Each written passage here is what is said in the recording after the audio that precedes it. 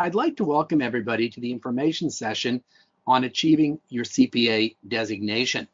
My name is Michael Levy. I'm a co-director of the Paths course. I'll be doing a portion of this evening's presentation. My partner, Ira Walfish, will be doing the second portion of the presentation. Let me begin by explaining what I'd like to do over the course of this presentation. We'll start off with a session purpose, which will be very brief. Then what I'd like to do is give you a bird's eye view of the CPA program. In one slide, just an overall picture of what the program entails.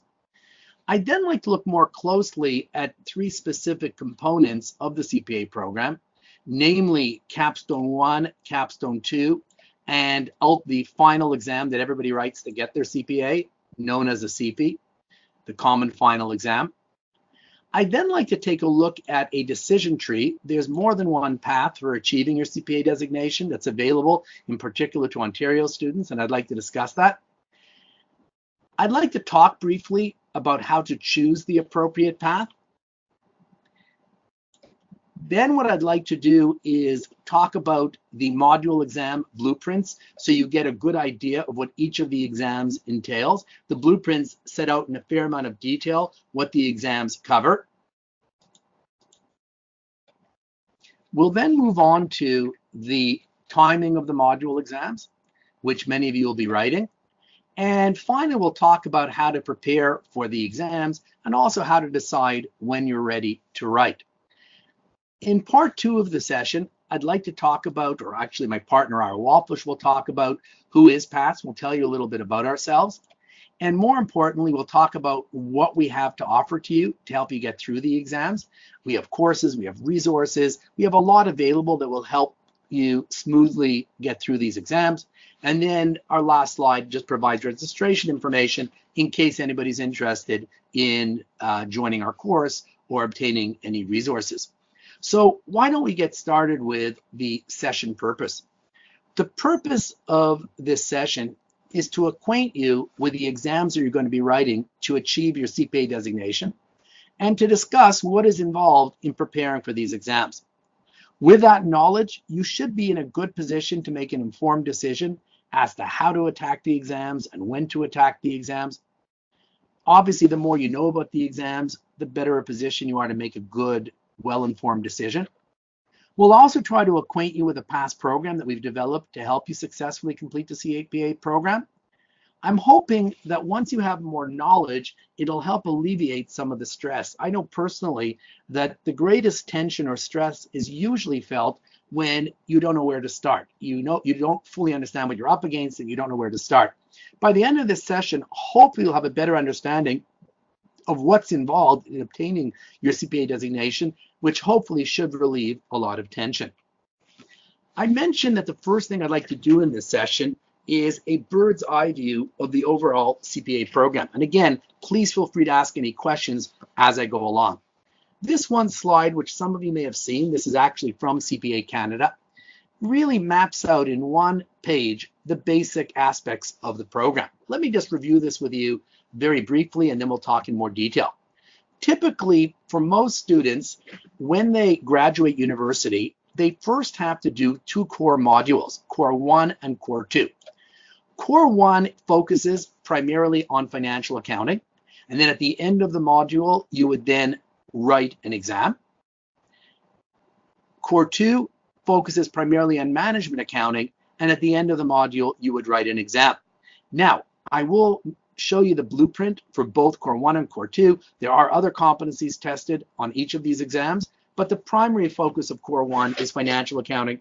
The primary focus of Core 2 is management accounting. You would then go on and do two electives. Now, there are four areas where you can do electives: assurance, performance management, tax, and finance. You'd only have to choose one out of these two. So you would only do two modules in any of two out of four of these subjects. And again, similar to the case of core, you'd go through a module for a number of weeks, and then at the end of the module, you would write an exam. Once you've been through all of these modules, you would then typically move on to Capstone 1. We'll look at Capstone 1 in more detail in a few minutes, But for now, let us say that Capstone 1 is effectively a group project where you'll work on a major business case. It's high-level type business decisions you're making, and you'll be preparing a report as a group and presenting it to a mock executive or a mock board. Capstone 2 is basically a module which focuses primarily on writing practice cases for the CP. And then finally, the last step is to write the CP, to write the common final exam, hence CFE. That, in a nutshell, is the program that students go through. Now, the education program normally takes 2 years from start to finish. The program can, however, be completed in 1 year, in particular if students take Module 1 and 2 simultaneously. However, in order to take the 2 modules simultaneously, if you want to get through this more quickly, you'd have to be a pretty good student. You'd have to have a GPA of at least 75%. Given the challenge of doing both simultaneously, they want to make sure you're a strong student before you attempt that. Now, there are also what we call challenge exams. Challenge exams mean the following. Instead of going through a particular module, you simply write the final exam. There are challenge exams available for Core 1 and Core 2, as well as for the tax and assurance electives. So for Core 1 and Core 2, there are exams that you can basically write without taking the modules. Now, at the end of the day, if you want to do the other 2 electives, finance and/or performance management, there is no challenge exam. You have to do the module. Now, the bad news, unfortunately, is that the challenge exams are being phased out. They're only available until the winter of 2019. So there'll be a set of challenge exams in December and another set in March. So if you're going to be graduating in April or May of 2019 or later, these challenge exams will not be an option. Those of you who are already in the system, you still have a chance to write challenge exams for the December offerings, for the December exams, as well as for the March exams. So in theory, if somebody wanted to write 2 challenge exams in December and another 2 in March, they could avoid the modules. After March, you will have to actually complete the module before you do the exam. After passing the challenge exams or going through the modules, you would then go on to the Capstone integrative modules, Capstone 1 and Capstone 2. Keep in mind, guys, the challenge exam is the exact same exam that people who take the modules write. So whether you go through the modules or you do the challenge exams, either way, you end up after that doing Capstone 1 and Capstone 2. Some of you, or many of you, may be aware that many universities offer accredited programs in place of the modules or capstones. Generally, these accredited programs usually would exempt you from Core 1 and Core 2, as well as the elective modules. In some instances, say for example, it's a master's program, you may also be exempted from the capstones and be able to go right through to the CP. In many other instances, you'll still have to do Capstone 1 and Capstone 2. Precisely which modules you're exempt from would depend on the university. There is information on the CPA Canada website with regard to the various universities that are accredited. And again, you would have to look at each university individually to determine what you would be exempted from by taking an accredited program. The final step is to write the 2019 CP. Again, only students for those who are going through the challenge exams or modules, you'd have to be finished your exams by March 2019. So you'd have to be through Core 1, Core 2, as well as the electives by the end of March 2019 in order to write your CP in September 2019. Those of you who are just at the beginning of the process and will not be finished with the challenge exams or modules prior to March of 2019 would be writing in 2020. In 2020, there will be 2 CPs, one in May and one in September. However, for 2019, there's only 1 CP in September. Before I move on, are there any questions? Are there any questions before I continue? Okay, if there are no questions, we'll then continue. Let's start off now by taking a look at Capstone 1, Capstone 2, and the CP. As I mentioned before, most students do go through the capstones. Even students that go to accredited programs often still have to complete the capstones. So let me just give you an overview of Capstone 1, Capstone 2, and then the CP itself. As I mentioned earlier, the main focus of Capstone 1 is a big business case, which students work on as part of a group. Capstone 1 also prepares candidates for the CP, particularly for day 1. The CP, as we'll see later, has 3 days to it. And you write one big 4-hour case on day 1, which builds on the case that you worked on during the Capstone 1 module. Now, the key aspects of the Capstone 1 module are as follows. At the end of the module, you need to come out with a significant written report that's intended to simulate the report that one would prepare for a board of directors or a team of senior executives. You also have to do an oral presentation, again, to a mock board or team of executives. And not only that, there's also structured time where this mock board or team of executives can ask you all sorts of questions which you need to answer, where we're really trying to simulate a question period from a board or team of senior executives. The way that Capstone 1 works is you typically start with a 2-day weekend workshop that will provide an opportunity for team members to meet each other, develop team agreements, practice their presentation skills, because remember at the end you're doing a big presentation, quite a formal presentation, and the team would develop an action plan for completing the learning activities that are required for Capstone 1. It's quite time consuming, so make sure before you take this module that you have at least 10 to 15 hours to spare, because although it's not terribly difficult, and the vast majority of students will pass Capstone 1, it is not intended to weed people out. Most of the weeding out takes place during Core 1, Core 2, and the elective modules. By Capstone 1, there's no desire to weed people out. So as long as you do the work you're told to do, you should very easily get through it. However, it will require some commitment. My students tell me you could take an easy 10 to 15 hours a week of work. At the end of the day, you submit nothing alone. You submit the report as a group and you make your presentation as a group. Pass rate isn't disclosed, but anecdotally, I think I can say it's very high. It's possible to fail as a group if you really don't do what they tell you to do. In theory, an individual student could also fail. If the group determines that a particular student didn't pull his or her weight, that student could fail. But again, I wouldn't worry very much about failing. In all the years I've been teaching for the CP, I don't know if I've ever run into anybody who failed Capstone 1. So it's not a big issue passing, provided you're willing to make the time commitment. Capstone 2 has 3 primary objectives. So Capstone 1, you would typically go to from mid-May until July. And then from mid-July until fairly close to the CP, you'd be working on Capstone 2. Now, Capstone 2 has 3 primary objectives. Number 1, continue the development of the candidate's enabling competencies. So these would be the soft skills you need to write your cases effectively. Number 2, prepare candidates for the 3 days of the CP. We'll take a look in more detail at the CP in a little while, but the CP is 3 days. And then finally, continue the development of the candidate's integration of technical competency areas.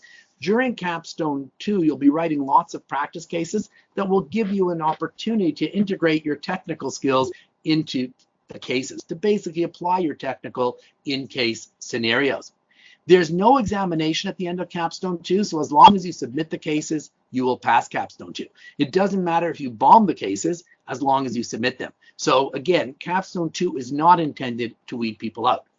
Similar to the case of Capstone 1, we start with a 2-day weekend workshop. Typically, you would write a practice multi-case. By multi-case, I mean a relatively short case, usually 70, 80, or 90 minutes.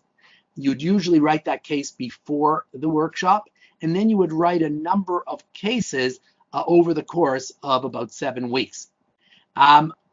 During the workshop that takes place at the beginning of the module, you'll learn how to debrief your response, how to analyze a response, etc. Basically, they'll try to provide you with some case writing skills.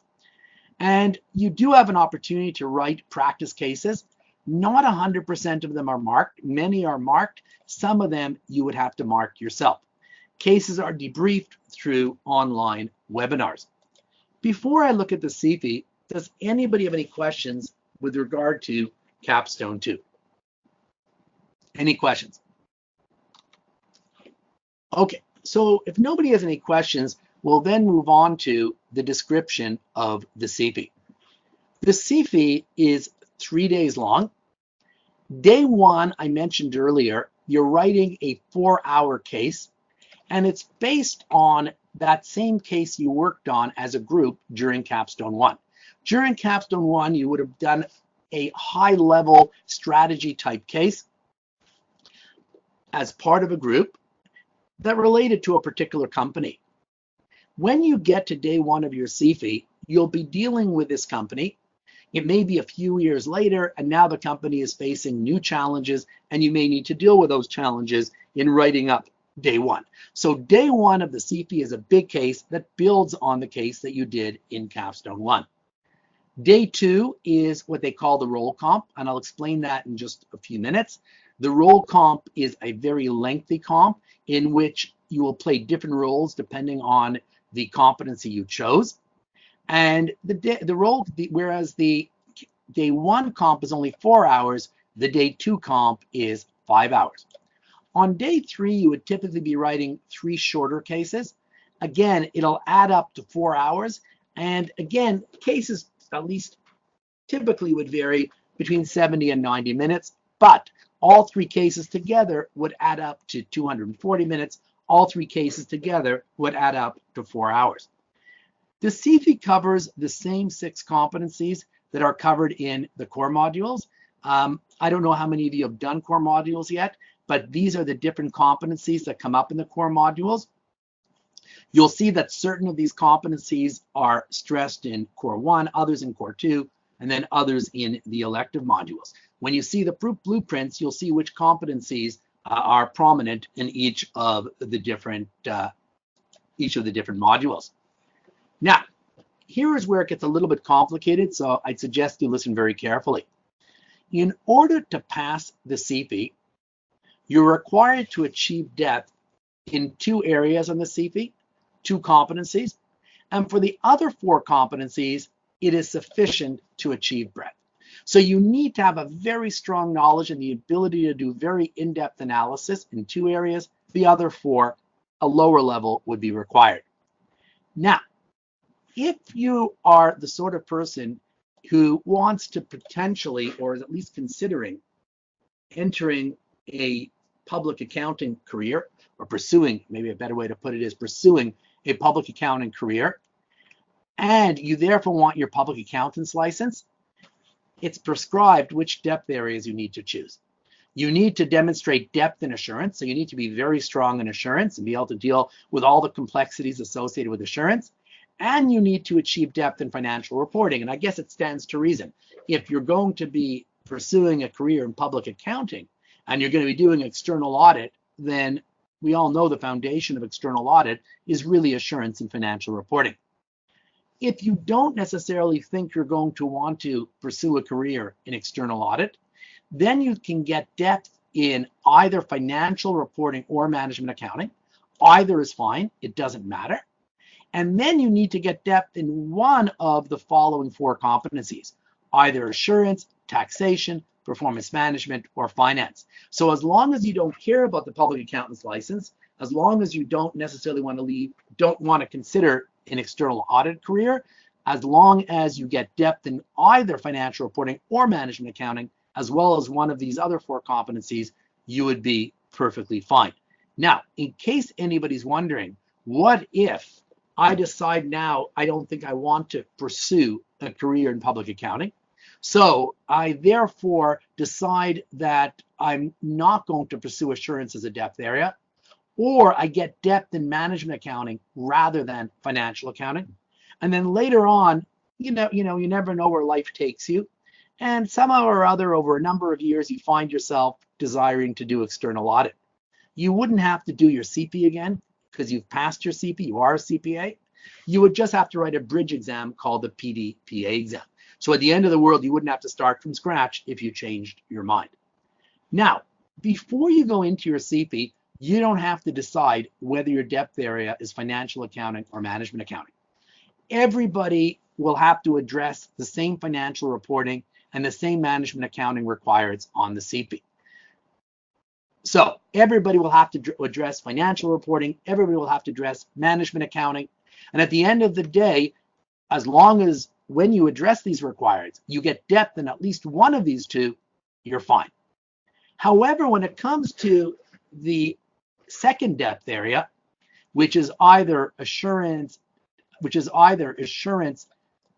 tax, performance management, or finance, when it comes to the second depth area, that you would choose before the CP, because the choice of assurance versus tax versus performance management versus finance determines the nature of the role that you're going to play on what we call the role or elective comp. Role and elective comp mean the same thing. I mentioned that on day 2, you write the elective/role comp. On this comp, what you're going to be required to do will depend on the depth area you've chosen. So not everybody will be addressing the same requirements. Say, for example, I've decided to choose assurance as my depth area. If I choose assurance as my depth area, most of the requirements on day 2, when I write my comp case is one big 5-hour case. When I write this big 5-hour case, if I've chosen assurance as my depth area, most of the requirements I deal with will be in assurance. If I chose performance management as my depth area, most of my requirements will be in performance management. And the same would be true for taxation and finance. The way that the role comp works is there will typically be a required in financial and or management accounting, which everybody needs to address. And then the remaining requirements would then be in your depth area. So the maximum number of competencies that you're going to have to address on day 2 of the CP will really be 3 competencies: your depth area plus management and or financial accounting. If they test both management and financial accounting, then including your depth area, you'll be dealing with 3 competencies. If they only choose management or financial accounting, just one or the other, plus your depth area, then you only have 2 competencies to deal with. This is very, very different from the multis. On day 3, you'll be writing shorter cases, but over the course of day 3, you'll be addressing all 6 competencies. Does anybody have any questions? I imagine that many of you probably do have questions on the exam, and I'd be happy to answer them. Anybody have any questions? Now, I mentioned at the very beginning of the presentation that there's more than one path to getting your CPA. The first path, which many students follow, and it's probably the more common path, is what we call the PEP program, where basically you go through the modules that we just discussed. You go through Core 1 and Core 2, and then 2 of the elective modules. These are the prerequisites if you want to pursue this path, and these are the grade requirements. As you can see, the grade requirements are not that extensive if you choose to follow this path. Now, you'll notice that there's different minimum grades for the core courses versus the non-core. In case you're wondering what this means, core courses typically relate to each of the 6 competencies. So your course in assurance or your course in tax, these are examples of core courses. Most of your accounting courses would be core courses, except for the intro ones. The non-core ones would be business courses outside of the 6 competencies. So say the course that you take on business law, that would be an example of a non-core course. And again, that's why you can get away with a lower mark. Currency of limitation, I'll explain in just a moment. A second path you can choose to take is a CPA accredited path, which, as I mentioned earlier, entails attending an accredited university. If you attend an accredited university, as we said earlier, you can typically be exempt from doing Core 1, Core 2, as well as the electives. And in some situations, but not most situations, you may be exempt from Capstone 1 or Capstone 2 or both. Usually, though, I find with many universities, it would just be Core 1, Core 2, and the modules. This is a decision you're going to have to make, and I'll talk more about the decision in just a few minutes. Now, you saw at the bottom of this path right here, the CPA path, you can see that it talks about currency of education limits apply. This should not be relevant to many people. I doubt it would be relevant to almost anybody watching this presentation. The currency of limitation limits means that candidates should have completed at least one applicable course in each of the CPA competency areas within the last 10 years of application for admission to the CPA PEP. So what we're dealing with here is if you have a mature student who finished school 20 years ago, there could be an issue. That's really what we're talking about here. However, even in that type of situation, exemptions may be available for candidates with significant work experience. If you're in a situation where you finished your studies a long time ago, you may need to confer with CPA Ontario or whatever your provincial institute is. For further information regarding prerequisites for the CPA path, I just gave you a very brief summary on this slide, but if you want all of the detail, I've given you the URL you can go to, which provides a great deal more detail on the prerequisites. It also shows very clearly, if you go to this website, it'll show you very clearly what are all the core courses versus non-core courses. I just explained in general terms what they mean. Now, the prerequisites for the diploma programs will obviously depend on the particular university. Different universities will have different cutoffs in terms of marks and prerequisites for entering their programs. Now, I mentioned before that it's a pretty big decision to decide which path you're going to take when you do your exams. Which path you're going to take to get to the CP. No matter whether I choose the CPA path or the CPA accredited path, at the end of the day, I still have to write my CP. Everybody has to write their CP. The question is, which path do you take to get to the CP? I give this a lot of thought, and I think that, quite honestly, there are a number of advantages to doing PEP over a diploma accredited program. Number one, PEP tends to be less costly. When I say PEP, I mean doing Core 1, Core 2, and the electives. The cost of the different modules changes. Again, please do look at the website for the most up-to-date figures. But basically, the cost of going through the modules is not very high compared with accredited programs. Some of the accredited programs can be many thousands of dollars. So I think in most instances, it's a great deal less expensive to go through PEP. If you still have time to write the challenge exams, if you're going to be able to attack these exams before March, it's even cheaper. The challenge exams, I think, are about $500, and that's it. So accredited programs tend to be the most expensive way to go. So if you don't have a lot of money to spare, that would be an advantage of not doing an accredited program.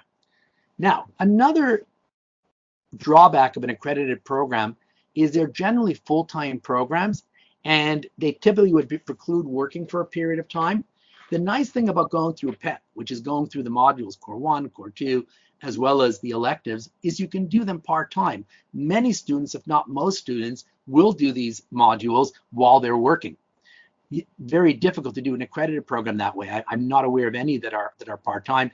If there is one, it would certainly be the exception to the rule.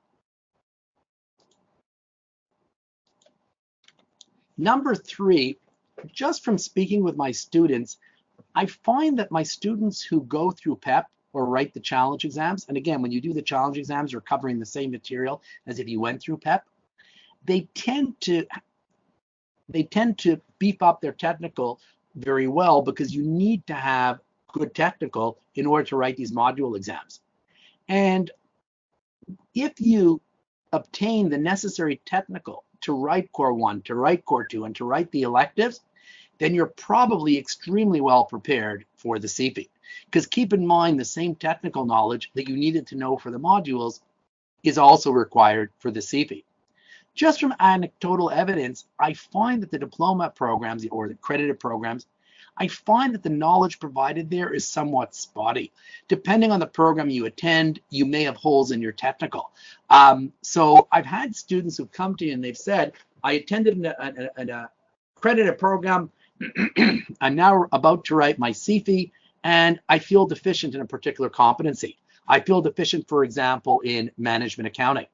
That's unlikely to happen if you go through PEP, if you go through the modules, because if you go through the modules, you're pretty much forced to cover the necessary technical as you go through each module so that you've covered up everything you needed to cover by the time you get to the CFE, and you're not going to find yourself with technical gaps. Now, a fourth point, guys, one of the reasons why some students may be hesitant to do the modules and instead to do an accredited program might be, if I do an accredited program, I'm exempt typically from doing Core 1, Core 2, and the elective. So some students might be tempted to say it's worth spending many thousands of dollars in order to get exempt from the PEP modules. That would be a very good point if it was terribly difficult to get through these module exams. But just from my experience, and we've been preparing students for the module exams now for many years, ever since the CP started, my experience has been that these exams are extremely passable if you're well prepared.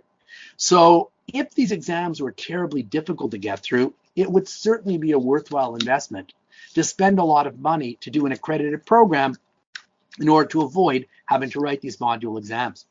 But given that it's not terribly difficult to get through these module exams, I don't think there's a huge benefit in being exempted from these exams at the high cost required to do the accredited programs, plus the possible drawback of ending up with holes in your technical. So I think that for most students, if they can do challenge exams, that's great. If they can't, because again, they're doing most of their exams after March 2019, then I would certainly choose the PEP modules over accredited programs. There may be students in unique situations who want to do accredited programs, but overall, I do think that both from a preparation perspective and from a cost perspective, you are better off doing the modules. Does anybody have any thoughts or any questions with regard to doing PEP versus an accredited program? Any questions or thoughts, concerns? I'm very happy to make this interactive. Nobody has any questions? Okay, so we'll move on. Let's now talk about the module exams. I'd like to give you a detailed understanding of what exactly these exams entail. What are you up against when it comes to doing Core 1 and Core 2? What are you up against when it comes to the electives? So let's get started with Core 1 and Core 2. I'll review with you the blueprint that sets out what is examined on Core 1 as well as Core 2. And then what I'd like to do is take a look at the electives. And again, please ask any questions as I go along. The Core 1 and Core 2 exams focus primarily on objective format questions, which is basically multiple choice. 75% of the exam is comprised of these objective format questions. So this is primarily a multiple choice exam. There is, however, a case, one 60-minute case, and that one 60-minute case makes up the remaining 25% of the exam. So Core 1 and Core 2 does not focus primarily on case writing. The major focus is short answer, multiple choice type questions. Now, we're talking about a 4-hour exam. So you'd be spending 3 hours on the multiple choice, objective format, and the other hour on the case. I should mention that you would be given the full exam at the very beginning. So you can decide how to allocate your time. In theory, if you wanted to spend more than 75% of your time on the objective format questions and less than 25% on the case, or vice versa, there's nothing to prevent you from doing so. But we would strongly recommend that you allocate your time as advised, that you not spend more than 3 hours on the case and make sure to leave over the last hour or 1 hour for the case. Because if you overspend time on the multiple choice, unlikely you'll have enough time to do the case. As long as you've got 60 minutes, that should be ample time to get through the case successfully. But if you start overspending time on the objective format portion of the exam, that will really eat into the time you need for the case, and you may have trouble getting finished. Now, let's talk for a moment about Core 1 versus Core 2. As I mentioned when I gave you the bird's eye overview, Core 1, the main focus is on financial reporting. So for the objective format portion of the exam, which is the bulk of the exam, 50 to 70% of the marks will be in financial reporting. So you can see that at least half, if not a lot, if not a great deal more than half of the exam for the objective format portion will focus on financial reporting. The second biggest focus will be audit and assurance. That's 10 to 30%. There will be a small amount of finance, 5 to 10%, and then there is a good chunk on taxation. It's not huge, but it's significant enough that you should have some familiarity. 10 to 20% of the exam is taxation. Core 2, as I mentioned when we were looking at the bird's eye view of the overall CPA system, focuses on management accounting. You can notice that management accounting is 50 to 70% of the Core 2 exam. Another big chunk of the Core 2 exam is strategy and governance. So if you look at the total of strategy and governance and management accounting, that makes up the bulk of the objective format portion of the Core 2 exam. There could potentially be a tiny bit of financial reporting, but there may be none at all because it gets anywhere from 0 to 10%. And then the second biggest chunk after strategy and governance and management accounting would be finance. That would be 15 to 20%. So again, you'd want to have a good basis in finance before you go into that exam, given that 15 to 20%, is a significant amount. Now, what we just looked at was the 75% of the exam that is made up of objective format questions. Now let's take a look at the case portion of the Core 1 and Core 2 exams. For the Core 1 exam, the cases will assess competencies mainly in financial reporting. So the 60-minute case that you write in Core 1 will revolve primarily around financial accounting, but it'll also integrate one or two other competencies. So quite likely it'll integrate some assurance, and then it might also integrate a third competency. But it has to integrate at least one additional competency beyond financial reporting. The Core 2 case, again, as you can probably guess, will focus mainly on management accounting, but once again, it would integrate one or two other competencies. Very, very high probability that it would integrate strategy and governance, because that, again, is the second most important competency for Core 2. And then it could also have a third competency. For example, you may have some finance. Now, you will have access to reference material during the exam. The bottom line is through a computer program, through Secure Exam that is provided to all of you, you will have on your computer, remember you're writing the exam on your laptop, through a particular program that CPA Canada provides to all students across Canada, you will have your CPA handbook electronically, you'll have your Income Tax Act electronically, and you will also be given a reference table at the back of Core 1 and Core 2 that will give you a lot of the common ratios, so you won't have to learn all of the financial ratios by heart. You'll also be given some tax information, including the tax shield formula and various other relevant tax information, like the rules for different, the percentages for different CCA groups, CCA classes, etc. Here's a point that's worth highlighting. The standards and regulations that are examinable are those that are in effect as at December 31st of the prior year. So if any of you are writing in 019, it would be December 31st of 018. If you're writing in 2020, we're talking here about being responsible for everything that's in effect at December 31st, 019. So it's always at the end of the year previous to the year in which you're writing. Now, I just want to point out that when it comes to Secure Exam, which is the software you're going to be using to write your exam, the cutoff is November. So if any new handbook release comes out after November 30th, you will not be responsible for it. However, if there is a handbook release that came out before November 30th, but it only took effect in December, that you will be responsible for. Any questions, guys, on the blueprint for Core 1 and Core 2? Any questions on that? Okay, so now let's take a look at the blueprint for the assurance elective. When it comes to the assurance elective, I'd like to focus not on what they're allowed to test, because that's kind of irrelevant, but rather what is in effect right now. Right now, the way you can expect your assurance elective to look is you can expect to see about 15 objective format questions. Typically, it's been 15 questions. And then the remainder of the exam will be your cases. So notice how once you get to the electives, it's the reverse of the core exams. Whereas in the core exams, the main focus is on the objective format questions. 75% of the exam was objective format for Core 1 and Core 2. Once you enter the electives, the objective format portion of the exam is a small part of the exam. In the case of tax, 15 objective format questions. Now, the remainder of the exam would be 2 cases. And as it says over here, you can expect the 2 cases to take up a total of 150 minutes. And the maximum time for any given case would be 90 minutes. So you're going to have 2 cases that will add up to 150 minutes. And that is where you'll be spending most of your time.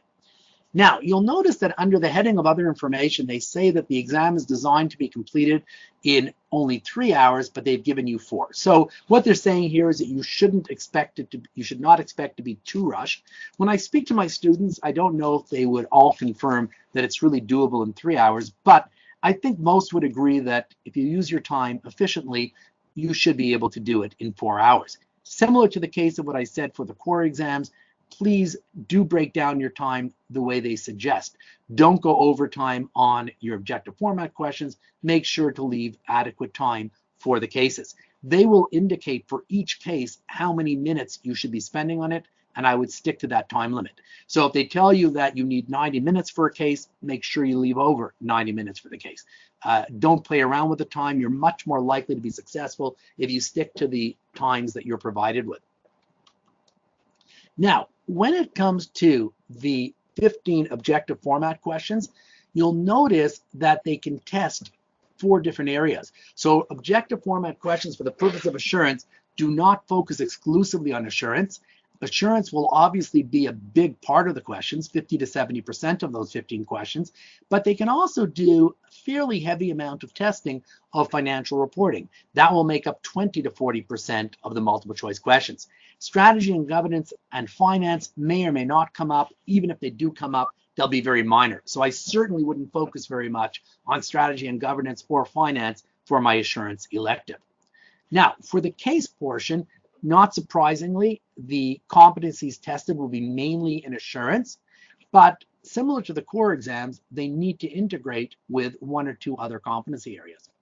What you're going to find as you move into the electives is the cases will become more involved than they were for the core. They'll be longer, and that's why you're given more time to work on them. And again, they should be somewhat integrated where you're integrating assurance with at least one other competency. Very good probability that at least one of the competencies you'll be integrating with will be financial accounting. But again, a large part of what you'll be dealing with on the exam will be assurance. Are there any questions on the assurance blueprint before we take a look at the taxation elective? Okay, if there are no questions, guys, you'll notice that for the taxation elective, again, you've got 15 objective format questions, so you can start to see a trend here. And once again, the bulk of the exam is the cases. Once again, you've got 2 cases adding up to 150 minutes, and the longest any one of those cases can be is 90 minutes. Once again, you've got 4 hours in total to write the exam, and in theory, at least, you should be able to do it in 3 hours. I'd be rather skeptical about that, particularly when it comes to the taxation elective, given that taxation involves a fair amount of number crunching and can be quite time consuming. So I would take the part about the 3 hours with a grain of salt, but it should be doable in 4 hours. Now, unlike the case of assurance, when it comes to taxation, all 15 of the objective format questions of the multiple choice questions will be in taxation. Whereas when it came to assurance, there were potentially 4 competencies they could test on the objective format portion of the exam. When it comes to taxation, the objective format portion of the exam will be exclusively taxation. When it comes to the case, it will be similar to assurance. The case will mainly test one competency, in this case taxation, but similar to the case of assurance, they will also integrate with 1 or 2 additional competencies. Now, when you get to the finance elective, guys, I don't want to repeat myself again. Once again, you've got the 15 objective format questions, the bulk of the emphasis being on case writing. You'll be doing 2 cases, just like in assurance and tax. When it comes to the objective format portion, finance is similar to tax, when you will only be dealing with 1 competency on the 15 objective format questions.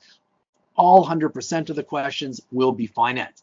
Similar, just like on tax, 100% of the 15 questions are tax. But when it comes to the case, once again, although the main focus will be finance, it will be combined with at least 1 or 2 additional competencies. Finally, if you decided to do the performance management elective, again, similar format to the other elective exams in terms of the 15 objective format questions, the 2 cases, and the 4 hours to get through the exam. However, notice that when it comes to the 15 questions in performance management, similar to the case of assurance, more than 1 competency is examinable. You'll notice that basically the objective format questions will primarily focus on strategy and governance and management accounting. Because if you think about performance management, it's made up primarily of those 2 subjects. So you'll notice the biggest piece is management accounting, 40 to 60%. The second biggest piece, which is still extremely significant, is 30 to 50%.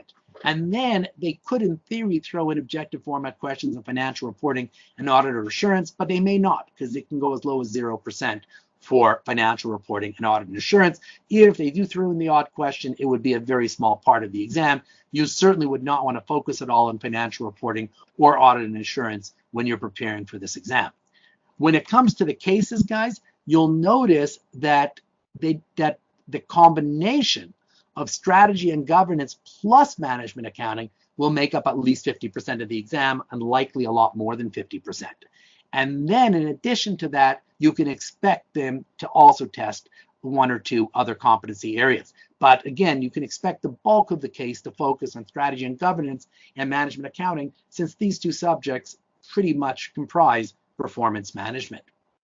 Does anybody have any questions before we move on to the timing of the modules? If nobody has any questions, we'll just take a 1-minute break, and Ira Walfish, my partner, will take over the presentation.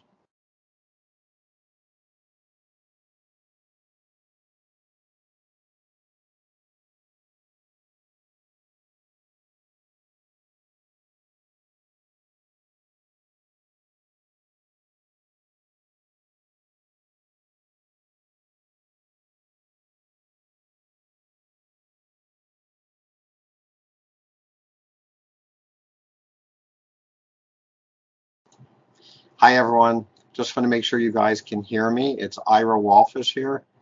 Give me a quick yes in the chat box if you can hear me. Are you okay? Am I coming through? Beautiful. Thank you very much. Okay, I'm getting a number of you saying yes. Okay, good. Okay, so people, what I'm going to do is I'm going to continue from where Michael left off, and we'll talk about the timing of the modules. So let's have a look. Okay. This has changed a little bit over the years, but basically we're now down to really 4 times that we're writing this thing. So the challenge exams are going to end in March, okay, 27-28. That's going to be the last date for the challenge exams. And then it looks, everything is written basically every time. So after March, it'll be July, September, December, and those will be, you'll have modules for each of those, obviously starting about 2 months before. There was a time when they had, like, I don't know, they did weird things, like they didn't have core 1 or something like that, but Basically now it's very simple. They're just running all of them. And they're using also, I should just tell you, they're using the same combinations on each day. So I don't know if Michael mentioned or not, but you can only write, at most you can write is one exam per day. So on any 2-day sitting, the most you can write are 2 exams.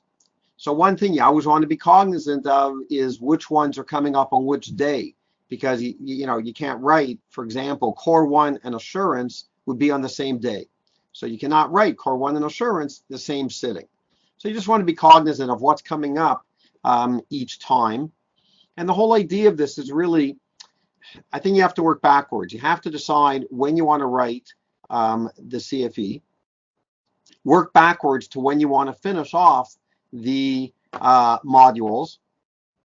And then I would try to give yourself, enough time. So if you're unsuccessful, hopefully that won't happen. But if you're unsuccessful, you don't want to have it that you're leaving 2 exams. I mean, if necessary, I guess you could do this. But if you write 2 exams in March and that's your last chance, and you've already passed 2 of them, if you're unsuccessful in one of those exams, that's going to push you into the following year. That's the, you know what I mean? Like, that's the problem. So it's nicer if you give yourself a little buffer. If you write something in December and then you're unsuccessful, then you can write in March and you can still write the following September for the CFE. Okay, but once you are unsuccessful in March, then you're pushed off a whole other year, because you're going to have to wait, you can't write till July, and you're not allowed to write the CFE that September. Okay.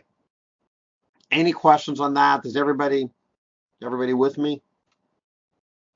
All right.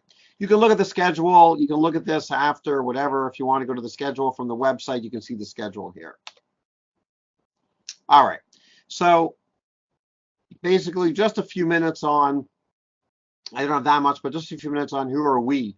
So, I mean, we've been doing this, obviously, I think we've been doing this longer than anyone out there, really. We've been doing courses since 1989. And over the years, we've offered courses in all of the large firms, as well as many mid-sized firms. We run the program for PwC. So when it says we offer across Canada, so we do PwC across Canada. Michael did very well when he wrote. He actually scored the gold medal when he wrote his exam, which is pretty good.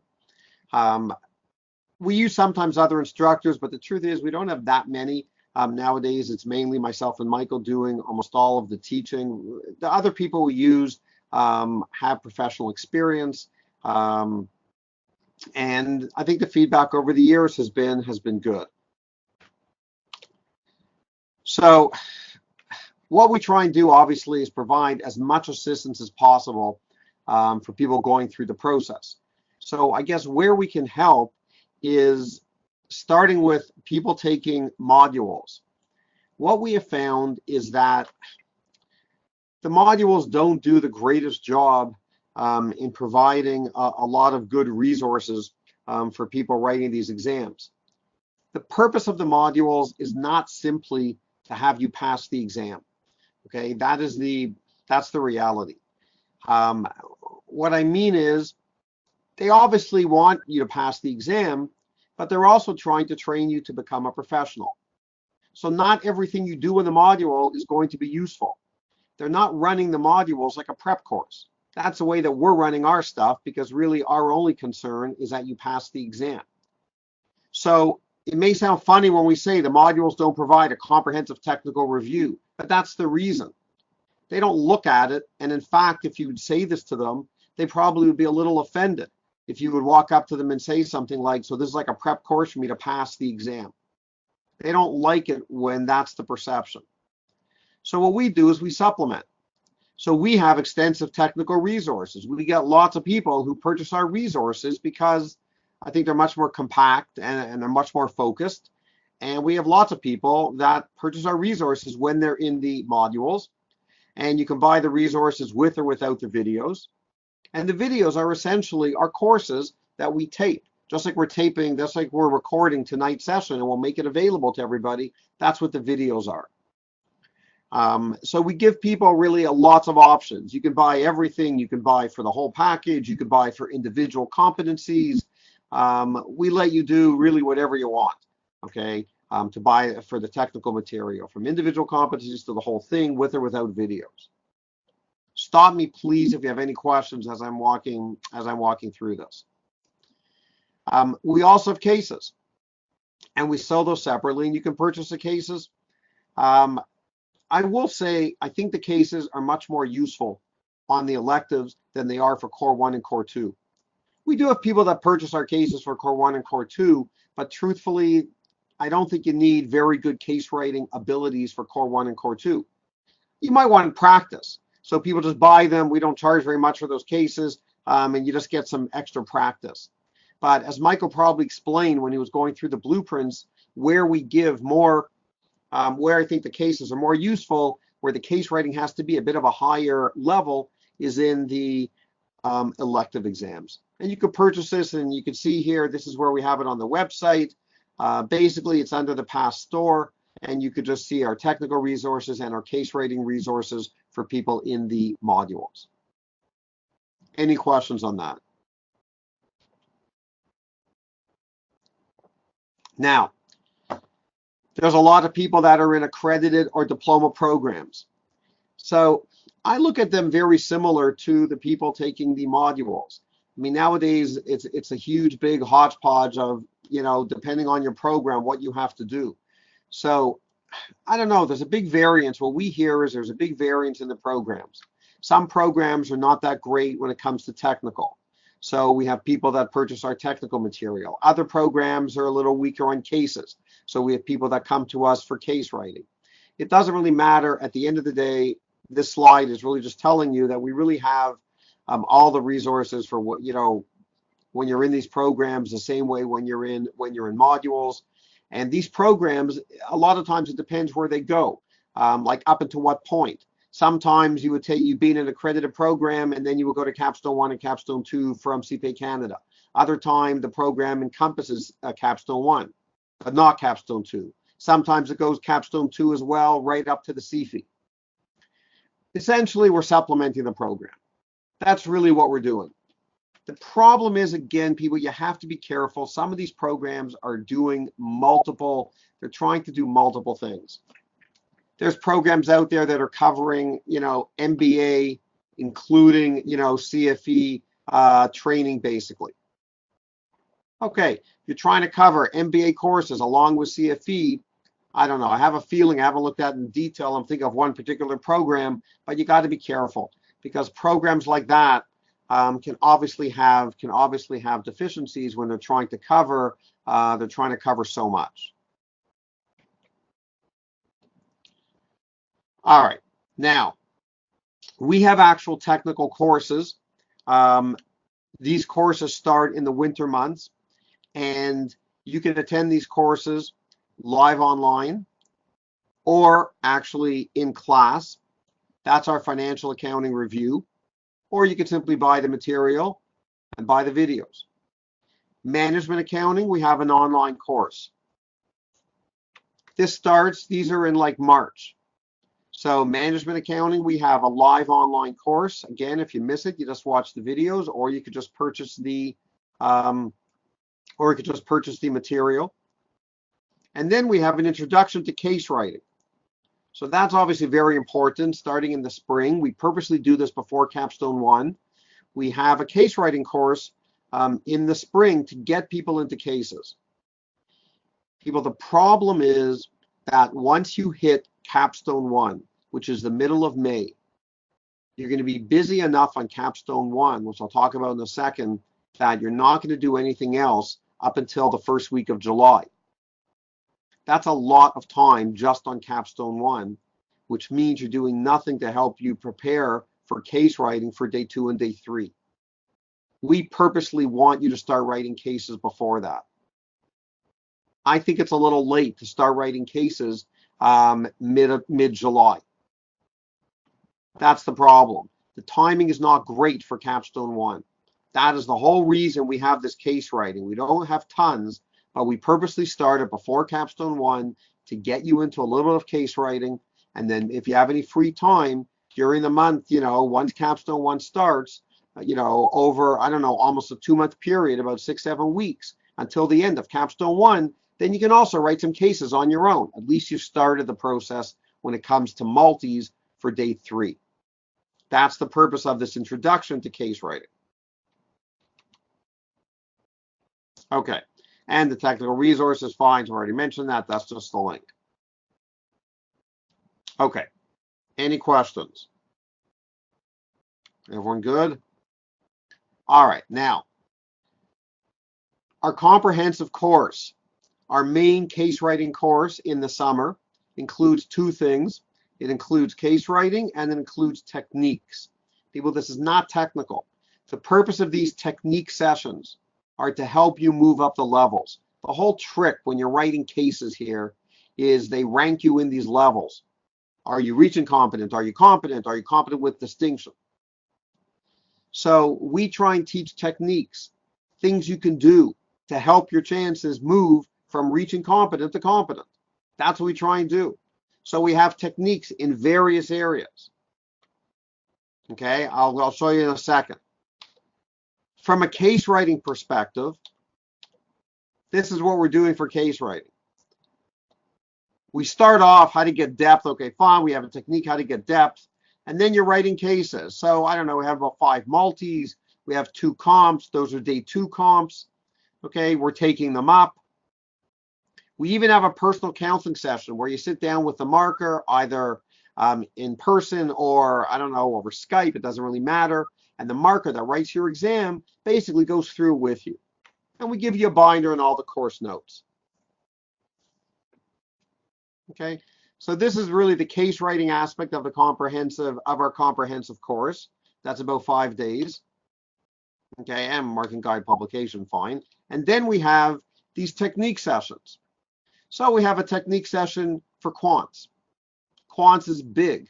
There's quants left and right in all the questions. How do you do them quickly? How do you do them efficiently? What can you do in your quants to help you move up from reaching to competent? Financial accounting. How do you get depth in financial accounting? How do you get depth in audit? We have audit techniques. Doesn't matter if you're taking, if you're specializing in audit, whatever, if that's your audit role in day 2 or in day 3, we have techniques to help you, move up in audit. And we have a tax session. So again, these are not technical. We don't do these before, during the modules. These are really for case writing. Does anyone have any questions? And this is all taking place in late July and early August when we run our comprehensive course. Now, we try to make it very flexible. So anytime we run a course before the summer, we never run it during the day in case people are working. Anything we do in class in the winter or spring would always be in the evening or on a Sunday. In the summer, for the comprehensive course, we will run it twice.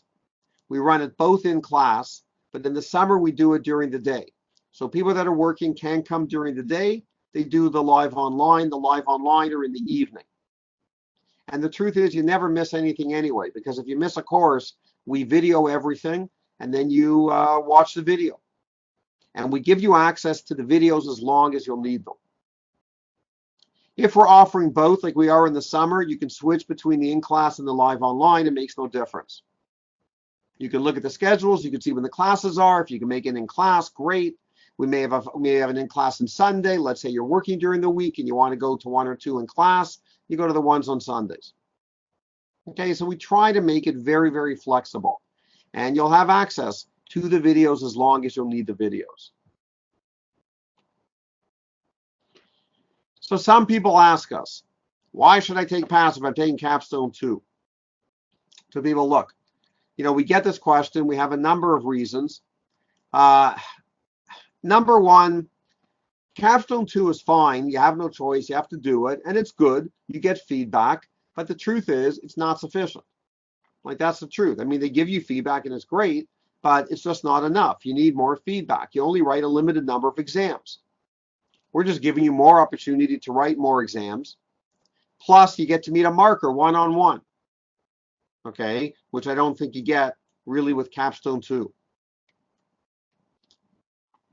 A big part of our course is the case take-ups. We try to show you how to walk through a case. That's a big thing. So, we spend 2.5 hours going over the cases.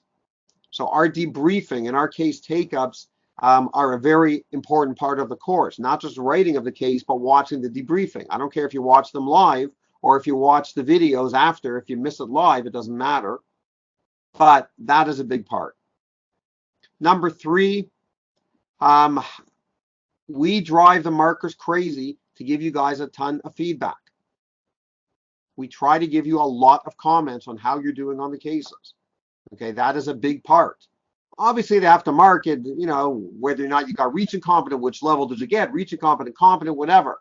But the truth is, we try our best to give you as much constructive feedback, okay, from the markers as possible.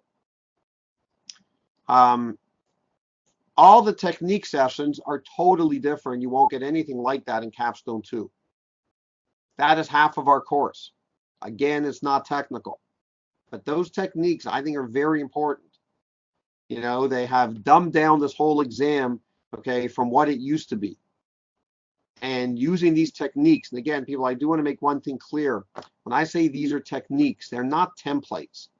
What I mean by that is you can't just go into a question and do the same thing every time. That's a template. We don't teach templates. We're against them. I don't think it's good. Techniques are, you have a strategy. When assurance shows up and you apply that strategy, you maneuver the technique based on the case, but it's not hard to do once you understand the basic technique. Okay, that is the purpose of these techniques. So they should be very, very useful when you're writing cases. Now, look, you will be busy if you are working full-time and taking Capstone 2 and doing our course. Capstone 2 is designed for when you work full-time. But I'm not going to tell you you're not going to be busy. Can you do our course along with Capstone 2 as well as working full-time? The answer is yes. The reason is that's why one of the reasons we make it so flexible. We make it very flexible. Again, you can go in class, you can go live online, you can watch the videos. You just have to hand in the exams, in order to get them marked. So the answer is yes, you can do it, but you definitely are busy. But look, that is your busiest time of the year. There's no question in the summer. That's the busiest time. Okay, so people are going to be working evenings. I'm not saying every evening, but people will be working evenings and on the weekends. Obviously, people expect to be doing that. We're talking now, 6 weeks before the exam. So the answer is yes, you can do it. We try to make it very flexible. We're very lenient when it comes to handing these cases in. This year, the truth is, I was probably too lenient last year when people were handing in cases and, like getting them in late and stuff like that. The truth is, we really try and work with you because we understand it's to your advantage to hand in write as many cases as you can. And we know it's difficult when you're working. So we try and be as flexible as we can. All right. So people, look, that's a breakdown on our courses. You register online. Obviously, if you have any questions, you can email me. It is like on a first come, first serve basis. Our restrictions really are marking, depending on how many people register for our cases. I have to line up markers. So that's one of the restrictions. Our in-class restriction, even our live online restriction is how many people we have. It's very difficult to do a live online session when you have a huge number of people. You have people asking questions every 5 seconds. The session becomes crazy. So we do have space restrictions, both in class, obviously, with our classroom size, and live online. You don't need to be registered with CPA Ontario or any provincial institute. That really doesn't matter for us. In fact, I always say to people, just make sure, start the course early, because starting early is to your advantage. It doesn't really matter to me if you're registered with the institute or anything. That makes no difference. Our contact information, it's all over the website. We're very accessible. That's one thing we're always doing, is answering questions from students and stuff like that. So again, we do this full time. So we're quite accessible. either through email or through phone. All right. Questions? Any questions? All right, so people, look, just to kind of summarize here and finish, and again, please ask any questions. I'm not getting any questions here, which is kind of weird in a study plan session, okay? But maybe we're so thorough, I don't know, that we like answered all the questions, but I don't know. Obviously, what we tried to do here is give you a whole breakdown. Michael went through, you know, the whole kind of study approach and what the exam consists of and the blueprints and what kind of you're facing, and then how we try and help along the way. We look at our job really is to make your life easier and to give you as much as you possibly need in order to help you pass this exam. That really is our job along the way. Okay. Any questions, people, before we sign off? Everybody good? We're going to make this, okay, so we're going to make this available, obviously. Once I close the recording and stuff, we're going to upload it. You'll be able to watch it. If you want to watch some stuff again, by all means, watch it again. And if you have any other questions that you're not thinking of now and you want to ask or email Michael and myself, please do, and we will get back to you. Okay, so let me just turn off the recording. Just give me one sec. Okay, so I hope whoever is watching this recording found this session useful.